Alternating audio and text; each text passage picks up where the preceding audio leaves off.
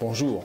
Lorsque nous apprenons notre métier de commercial, on nous apprend un certain nombre de motivations que peut ressentir un client.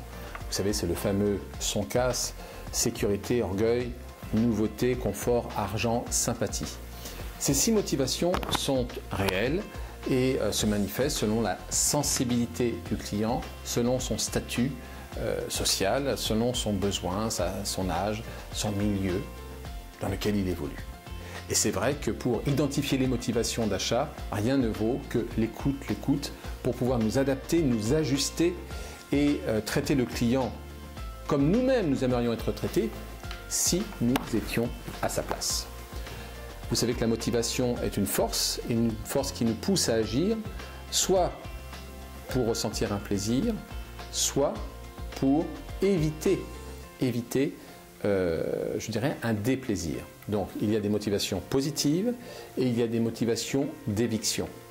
J'achète une voiture peut-être parce que je suis passionné par cette marque et que peut-être cette voiture va me valoriser, ou j'achète cette voiture parce que ses conditions de fabrication, de construction vont apporter la plus grande sécurité à mes enfants. Mais aussi, je suis motivé pour acheter cette voiture tout simplement parce que j'en ai besoin et si je ne l'achète pas, je vais rencontrer des problèmes de déplacement, tout simplement, de confort de déplacement.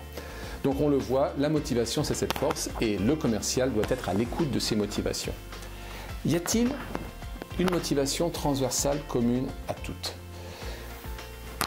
Je vous propose d'intégrer cette motivation qui correspond au sentiment de réalisation de soi.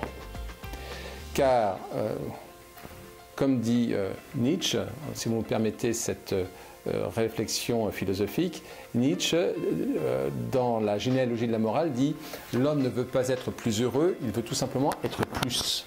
Et quand il est plus, eh bien il est plus heureux. » En vérité, dans un acte d'achat, le client veut être plus.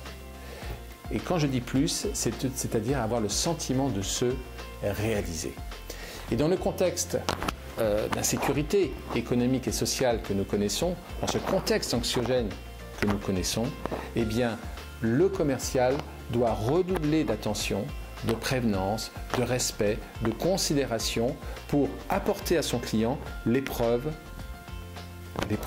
que grâce à lui, eh bien, même sur un objet simple d'équipement, eh bien, son statut social est préservé, maintenu, enrichi, développé.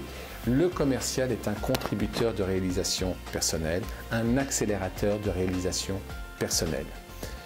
Et là, on le voit, c'est toute la dimension du service, la qualité des interactions qui rendent heureux, car si je ne cherche pas à être heureux, je ne rends pas service, je ne fais que produire une vulgaire prestation. Prestation-service, ce sont 2 choses qu'il faut distinguer, sinon on va commettre des malentendus dans la qualité de nos relations avec nos clients et dans notre capacité à nous différencier de nos concurrents, dans notre capacité à être préféré. Car aujourd'hui, l'enjeu, c'est d'arriver à être préféré. Donner envie à nos clients de se déplacer, de nous rencontrer, ou donner envie à nos clients d'accepter de nous accueillir dans ses locaux, à son domicile. Eh bien, ça passe par cette qualité d'interaction qui rend heureux par le service. Et le service transversal qui rend heureux, c'est d'apporter au client la preuve que grâce à nos produits, à nos services, il va préserver et enrichir, être plus dans son statut social. Rien n'est plus beau, rien n'est plus fort que de rendre plus fort les clients que nous aimons. Vous le savez mieux que moi. À très bientôt. Au revoir.